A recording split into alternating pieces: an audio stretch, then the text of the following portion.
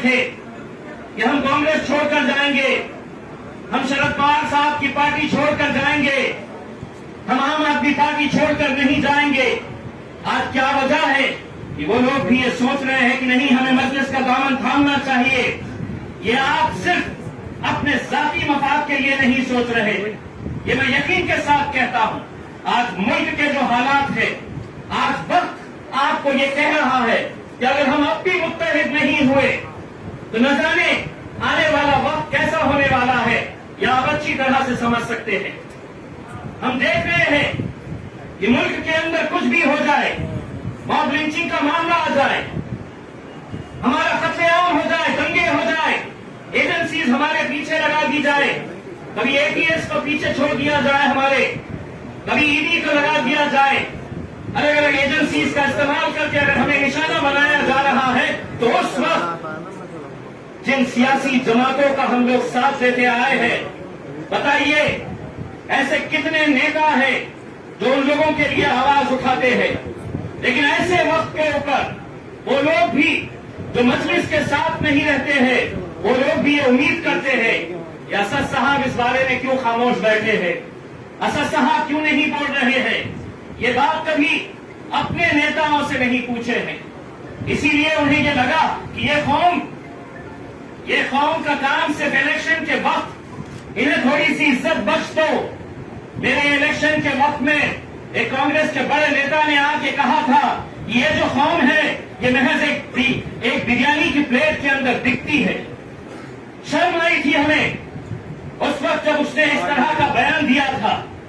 لیکن آج ہمیں یقین ہے کہ آج مجلس کے ساتھ جو لوگ جڑ رہے ہیں ان کے سامنے ساری دولت نچھاور کر دو تم، لیکن انہوں نے بیرسٹر اسد الدین اویسی کا کام دیکھ کر ان کے ساتھ جڑنے کا فیصلہ کیا۔ گئے وہ دن جب آپ ہم سے کہتے تھے اٹھو تو یہ پورے کے پورے ہم اٹھتے تھے، بیٹھو تو ہم بیٹھ جاتے تھے۔ اب الحمدللہ بیرسٹر اسد الدین اویسی صاحب نے ہم کو یہ سکھایا ہے، اگر کوئی کہے گا ہم سے کہ اٹھ تو میں بیٹھے بیٹھے اسے یہ کہوں گا کہ چل بیٹھ۔ یہ طاقت ہمیں تیار کرنے کی ضرورت ہے۔ اگر ہم یہ سمجھیں گے کہ نہیں کچھ نہیں ہوتا ہے، ہم کیسے جیت سکتے ہیں؟ میں جب ایم پی کا الیکشن لڑ رہا تھا میرے بھائیوں، بڑے بڑے الگ الگ پارٹی کے نیتا آتے تھے اور یہ کہتے تھے کہ ہو گئی ہے سیٹنگ، لے لیا ہے، سینا جیتنے والی ہے، بھاجپ جیتنے والی ہے، یا کبھی کوئی جیت کے آ سکتا ہے ایم پی؟ کیا ممکن ہے ایم پی جیت کر آنا؟ 48 سال پہلے 38 سال معاف کریے گا، 38 سال پہلے آخری سانسد وہاں سے مسلمان چن کر آیا۔ اس کے بعد کیا ہوا؟ تعداد تو بڑھ رہی، بہت تعداد بڑھ رہی ہماری،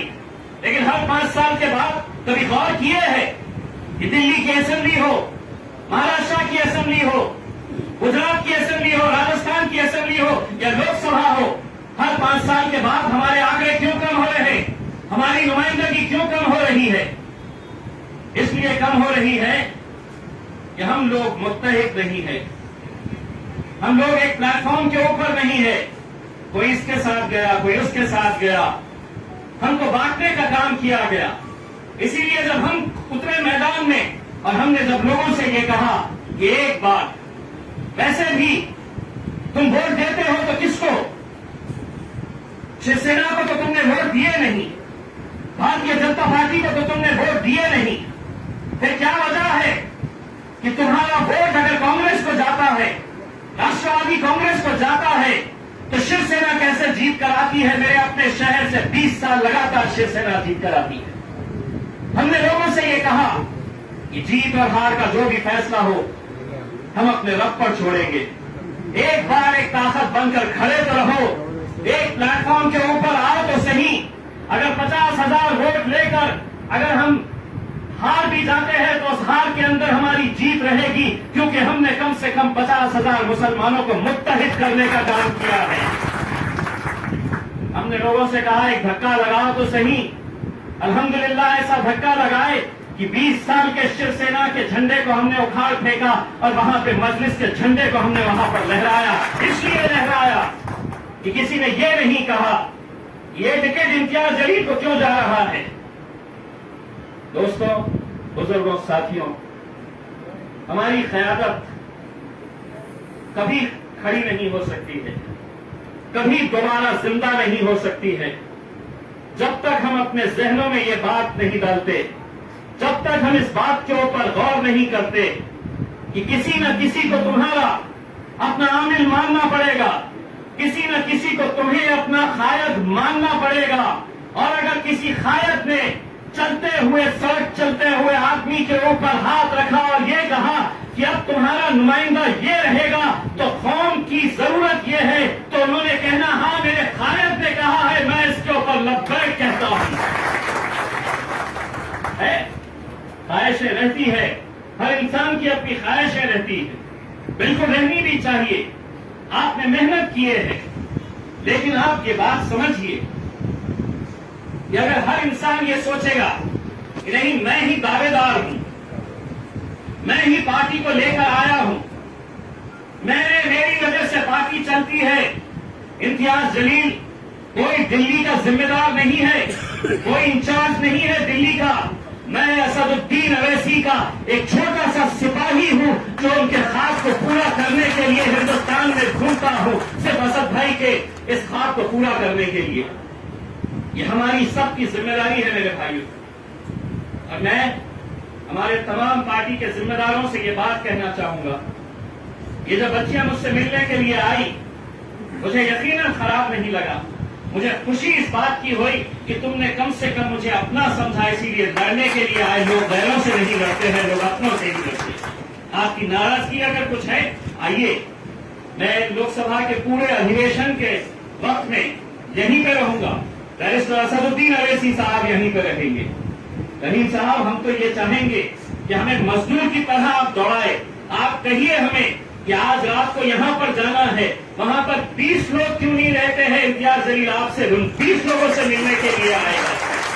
کیونکہ خطرے سے دریا بنتی ہے میرے بھائی. ہر انسان کی اپنی قیمت ہے، ہر انسان کی اپنی ایک طاقت ہے. اگر اس طاقت کو ہم بھول جائیں اور یہ کہے کہ نہیں میں بہت طاقتور ہوں، یہ صاحب کے پیچھے تو کوئی نہیں ہے، لیکن کئی مرتبہ ایسا ہوتا ہے کہ ایک ایک ووٹ کی قیمت کیا ہوتی ہے اس کا اندازہ لگانا بھی مشکل ہوتا ہے. آج ہم اگر متحد رہیں گے، طاقت بن کر کھڑے رہیں گے، ہمیں معلوم ہے کہ جب ایک نئی پارٹی آتی ہے تو بہت سارے لوگ، بہت ساری دوسری اسٹیبلش پارٹیاں حرکت میں آ جاتی ہے، اور ان کا مقصد یہی رہتا ہے کہ کس طرح سے یہ پارٹی کو برباد کیا جائے، ختم کیا جائے، انہیں بانٹا جائے، انہیں بکھیرا جائے تاکہ آپ کی دکان چلتی رہے. الحمدللہ مجھے پورا یقین ہے آج آپ لوگوں کا جوش، آپ لوگوں کا جذبہ اور ایک الگ طرح کا، نوجوان بھی اتنے ہی ہے، بزرگ بھی اتنے ہی ہے، مائیں اور بہنوں کی بھی دعائیں ساتھ میں ہے، تو یقین مانیے دلی میں انشاءاللہ مجلس اتحاد المسلمین کا جھنڈا ضرور آپ لوگوں کی بدولت میں جائے گا، مجھے پورا یقین ہے. میں انشاءاللہ آج صرف اسی کارکرم کے لیے آئے تھے، اس پروگرام کے لیے کہ جہاں پر بہت سارے لوگ شمولیت حاصل کرنا چاہتے ہیں، لیکن آنے والے کچھ دنوں کے بعد ہم لگاتار دلی کے اندر رہیں گے. میں کلیم صاحب سے، ولی صاحب سے یہی کہنا چاہوں گا کہ ایسے پروگرام جو ہے اب آپ اپنے اپنے علاقوں کے اندر جہاں جہاں پر بھی آپ کی بستیوں کے اندر، آپ کے علاقوں کے اندر وہاں پہ آرگنائز کریں تاکہ لوگ بھی دیکھ سکے کہ کل تک مجلس تھی نہیں اور آج پورا کا پورا محلہ ہرا مفلر ڈال کر گھوم رہا ہے کر کے. تو یہ ایک بدلاؤ اپنے اپنے علاقوں کے اندر لیجیے گا. وقت بہت کم ہے، ہم لوگوں کو سب کو ایک ساتھ مل کر کام کرنے کی ضرورت ہے. کہیں پر بھی آپ کو ایسا لگتا ہے کہ آپ کی سنوائی نہیں ہو رہی ہے تو آپ کا یہ بھائی موجود ہے، آپ کبھی بھی مجھ سے ملیے گا، آپ مجھے کہیے گا کہ کہاں پر آنا ہے، میں آ کر ملوں گا. کوئی بڑی بات نہیں ہے، کیونکہ ہم تو ایک مشن کے لیے نکلے ہوئے ہیں. ہم یقیناً چھوٹے نہیں ہو جائیں گے اگر آپ سے ملنے کے لیے اگر ہم آئیں گے، کیونکہ ہم کو اس مقصد کو حاصل کرنا ہے، اور انشاءاللہ اس مقصد کو ہم اسی وقت حاصل کر سکتے ہیں جب ہم یہ بھول جائے کہ کون بڑا ہے کون چھوٹا ہے، کس کے پاس کیا عہدہ ہے، کس کو نظر انداز کیا جائے. سب مل کر اگر ایک طاقت بن کر آئیں گے تو انشاءاللہ ضرور مجلس یہاں پر کامیاب ہوگی. بہت وقت ہو چکا ہے, آپ لوگوں نے بہت انتظار کیا ہے, بہت بہت شکریہ. وآخر دعوانا الحمدللہ.